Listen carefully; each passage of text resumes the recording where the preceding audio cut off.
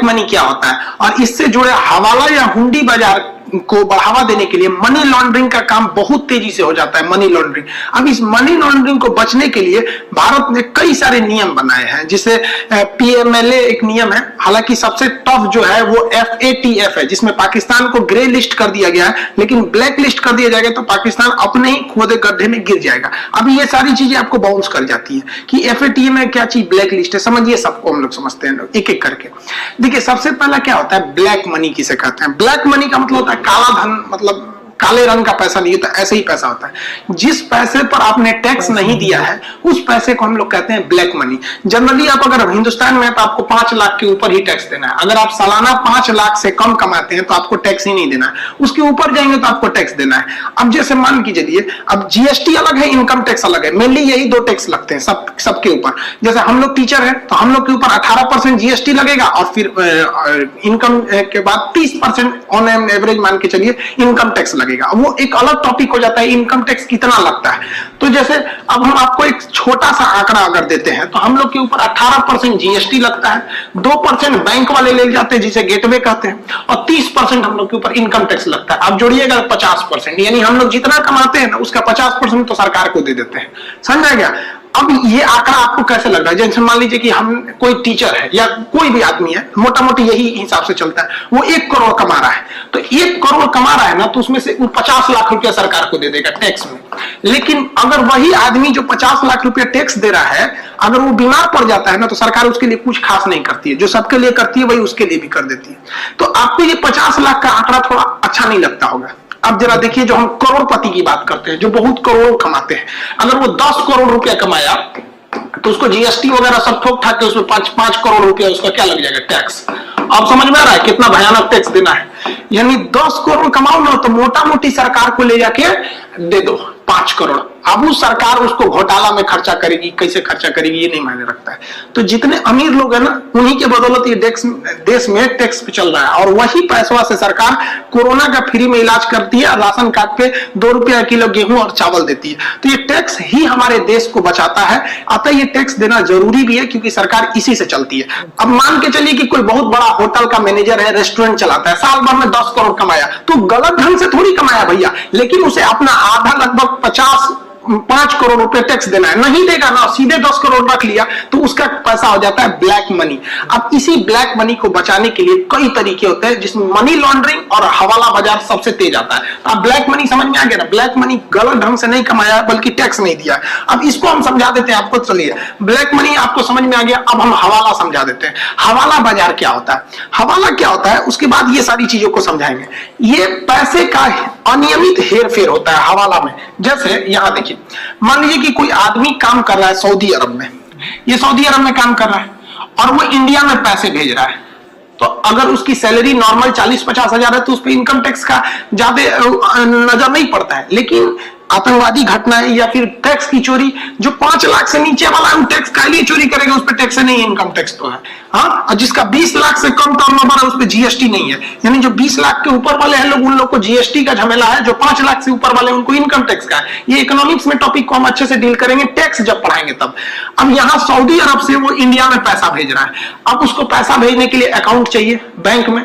अब जैसे वो बैंक में जाएगा तो वहां बैंक में ऑलरेडी उसका आधार नंबर और पैन कार्ड रजिस्टर है, तो पूरा पता चल गया कि किस आदमी ने किसको भेजा है, सारा हिसाब किताब हो गया। अब जैसे यहाँ पहुंचेगा, अगर वो टैक्स के दायरे में आता है तो यहाँ उससे टैक्स ले लिया जाएगा। अब करोड़ों का टर्नओवर है, 10 करोड़ भेजना है, तो सरकार की तो नजर है वहां पे। आप अगर किसी भी अकाउंट में 10 लाख से ऊपर का ट्रांजेक्शन करते हैं ना, तो उस पर बैंक की नजर रहती है, 10 लाख से नीचे वाले पे नहीं रहती है उतना। तो ये भाई साहब यहाँ पे तो आपको आईडी देना पड़ रहा है ना, आईडी टैक्स देना पड़ रहा है, आई कार्ड जैसे दीजिएगा तो टैक्स देना पड़ेगा।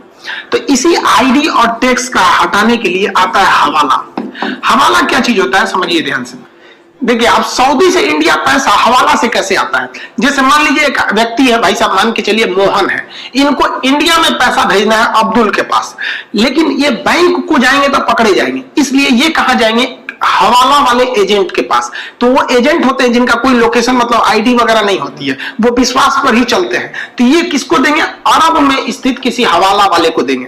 और जैसे ये इसको पैसा देंगे कि भैया मेरा 10 करोड़ रुपया है, आप इसको इंडिया में अब्दुल के पास पहुंचा दीजिए, तो ये 10 करोड़ रुपए जो है इसको भेजेगा, तो उसका बहुत कम मात्रा में वो इसका फीस लेगा।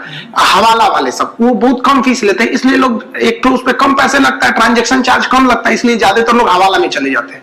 तो वो क्या करेगा, इनसे 10 करोड़ रुपए ले लिया, 10 करोड़ यहाँ पे, और इनको एक पासवर्ड बता देगा, एक कोड बता देगा कि भैया आप ये कोड पासवर्ड आप अब्दुल को बता दीजिए, क्योंकि मेरा आदमी जब इंडिया में जाएगा ना, तो अब्दुल को वो पैसा देने से पहले क्या पूछेगा, वो पासवर्ड पूछेगा। समझ में? ये काल्पनिक नाम है, इसके पीछे मत पड़िएगा लोग यहाँ पे। तो ये पासवर्ड किसको पता है? मोहन को। अब ये मोहन ये पासवर्ड किसको बता देगा? अब्दुल को बता देगा। अब उसका आदमी जो यहाँ हवाला बाजार है, उसका एक आदमी इंडिया में ही है, और ये अपने आदमी से कहेगा इंडिया से कि देखो ये आदमी रहता है मुंबई में रहता है, इसको तुम 10 करोड़ दे दो। लेकिन ये 10 करोड़ अभी भी अरब में है, इंडिया में आया नहीं है, ये यहीं पे है, लेकिन इन दोनों का बिजनेस है, ये यहीं पे रखेगा, और इंडिया में इस अब्दुल को 10 करोड़ भेजवा दिया जाएगा। इसका एजेंट अब्दुल को फोन करेगा, क्योंकि यहां से नंबर ले लिया गया है, वो फोन करके बुलाएगा या खुद उसके घर जाएगा और कहेगा पासवर्ड बताइए। तो जो पासवर्ड मोहन ने इसे बताया वो दे देगा, तो कोड चीज दे देगा, तो उसे 10 करोड़ रुपया दे दिया जाएगा। लेकिन जो मोहन ने पैसा भेजा था 10 करोड़, अभी भी वो अरब नहीं है, वो ट्रांसफर होकर यहां नहीं आया है। ये इन दोनों का रिलेशन है, ये बाद में अपना हिसाब करेंगे, इसने अपना फीस वगैरह ले लिया है। तो इसी को हम लोग हुंडी बाजार या हवाला बाजार कहते हैं। पहले सऊदी वगैरह से ऐसे पैसे बहुत ज्यादा आते थे, अभी भी आते हैं यहाँ पर। इसमें क्या हो रहा है कि कौन पैसा किसको भेज रहा है सरकार को पता ही नहीं है, टैक्स लिए ही नहीं रहा है। जहां तक ये टैक्स चोरी का मैटर है, तो कुछ समझ में भी आता है कि चलो टैक्स को हम लोग, टैक्स चोरी है बाद में निपटेंगे इससे। लेकिन ऐसा भी हो सकता है कि यहां से पैसे यहां किसी आतंकवादी तक पहुंचाए जा रहे हैं एक मामूली पासवर्ड के थ्रू। अब इसी को कहते हैं हवाला।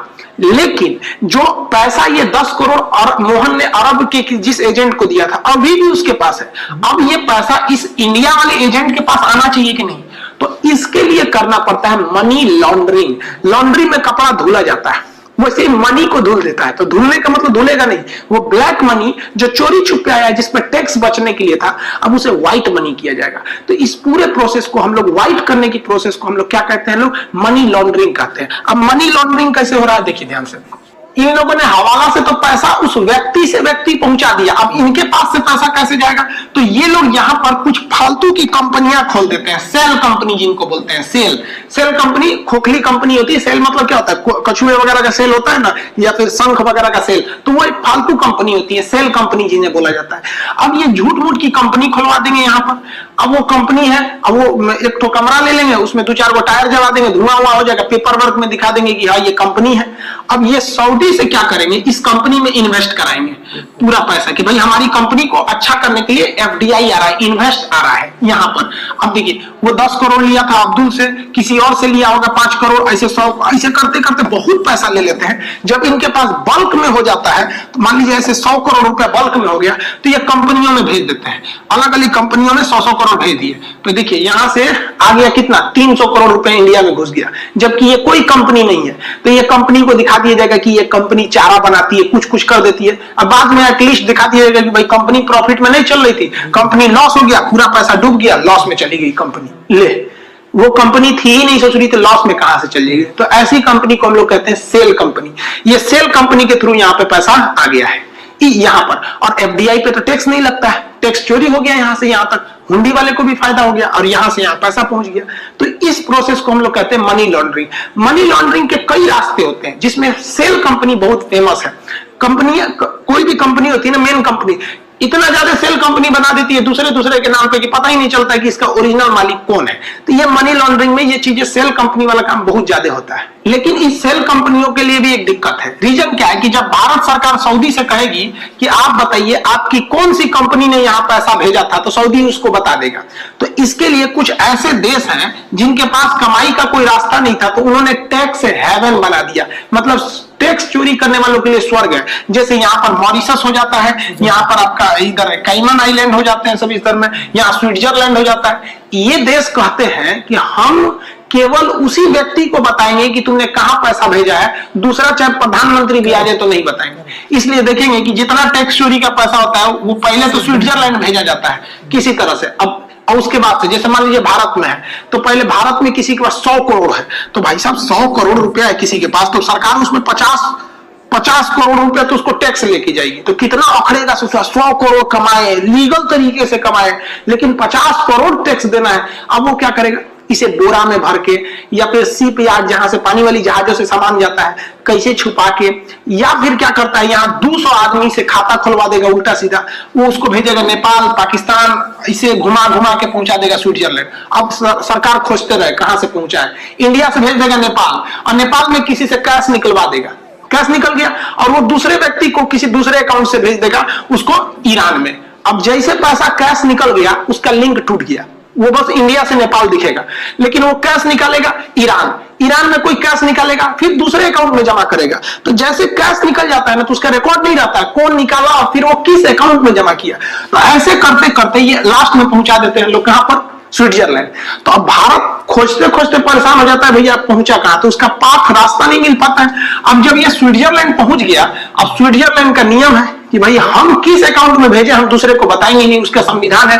अब वहां से यहाँ की सेल कंपनियों में भेज दिया जाता है, साल भर के बाद वो कंपनियां डूब जाती हैं और ये पैसा ब्लैक मनी जो था वो 100 करोड़ का था, 100 करोड़ में जो 50 करोड़ उसको टैक्स देना था, इसमें वो कम से 10 करोड़ में निपटा देता है। कुछ फ्रांस को देगा, कुछ स्विट्जरलैंड को देगा, कुछ इधर उधर से, इससे स्विट्जरलैंड की भी इनकम हो जाती है और सरकार को चूना लग गया यहाँ पर, तो टैक्स का पैसा बच जाता है। तो ऐसी बहुत सारी कंपनियां, यहाँ से मॉरिशस भी है, ऐसे ही है, यहाँ पे कैमन आइलैंड से भी कंपनियां आती हैं सब। तो भारत में अथाह पैसा आता है, लेकिन वो पैसा व्यक्ति के पास रह जाता है, सरकार के पास नहीं जा पाता है, जिसे हम लोग ब्लैक मनी कहते हैं। और ये सारा प्रोसेस मनी लॉन्ड्रिंग के अंतर्गत आता है। मनी लॉन्ड्रिंग के थ्रू आतंकवादियों को भी फंडिंग की जा सकती है। जैसे कहीं से भी पैसा भेज दीजिए यहाँ की सेल कंपनियों से, वो कंपनी फालतू की कंपनी है, वो मैनेजर बैठा है यहाँ पर, वो दिखा देगा कि 50 करोड़ रुपया का हमने कुछ खरीदा है यहाँ पे, और 50 करोड़ रुपया किसी को कैश दे देगा, कुछ भी दे देगा किसी आतंकवादी को। तो इसलिए मनी लॉन्ड्रिंग को रोकना जरूरी है। ये तभी रुकेगा जब ये देश सख्त कानून बनाए सब। अब ये देश सख्त कानून ही नहीं बनाते हैं सब, अब इनके आप दबाव भी नहीं बना सकते हैं, यहाँ पर इंटरनेशनल दबाव नहीं बन पाता है स्विट्जरलैंड के ऊपर वगैरह के। ऐसे ही एक उटपटांग कानून ब्रिटेन बना रखा है। ब्रिटेन का कहना है, लंदन, ब्रिटेन की राजधानी लंदन है, कि कहीं से भी कोई व्यक्ति अगर हमारे यहाँ आ जाता है और वो हमारे यहाँ है तो हम उसे एज ए मेहमान ट्रीट करेंगे, उसका यह मानव अधिकार होगा, उसको यह मेहमान को अधिकार होगा कि कोई उससे जोर जबरदस्ती न करे। इकलौता लंदन में ऐसा कानून है। इसलिए देखिएगा भारत से जितने, चाहे विजय मल्ल्या हो, चाहे नीरव मोदी हो, चाहे कोई भी हो, सीधे लंदन भागते हैं, क्योंकि लंदन का कानून है कि उसके लिए मेहमान है और मेहमान पे आपका देश जबरदस्ती नहीं कर सकता है। ब्रिटेन के ऊपर दबाव बनाइएगा तो फिर ब्रिटेन से पारित होगा कि नहीं, इन्हें भेज दिया जाए, क्योंकि इन्होंने यहाँ पर बहुत जघन्य अपराध किया है, तब भेजा जाएगा। तो जानबूझ के ये देश ऐसा कानून बनाते हैं कि बड़े बड़े आदमी इनके पास आए और इससे वो लोग कमाते हैं लोग यहाँ पर, ये वाले देश। ये बहुत ही जघन्य अपराध होने लगा और इस पर दुनिया की नजर कब पड़ी, जब इससे आतंकवादियों को फंडिंग होने लगी और इसमें पाकिस्तान का नाम आगे आने लगा। पाकिस्तान वगैरह बहुत ज्यादा टेरर फंडिंग करने लगे। इसके लिए भारत ने भी एक कानून बनाया। वो कानून भारत और विश्व दोनों ने मिलकर बनाया। एक कानून भारत ने बनाया 2002 में, जिसका नाम था prevention of money laundering act, PMLA। इसके तहत अगर आप मनी लॉन्ड्रिंग में पकड़े गए तो आपको 3 साल का जेल हो सकता है और आप पे जुर्माना भी लगेगा।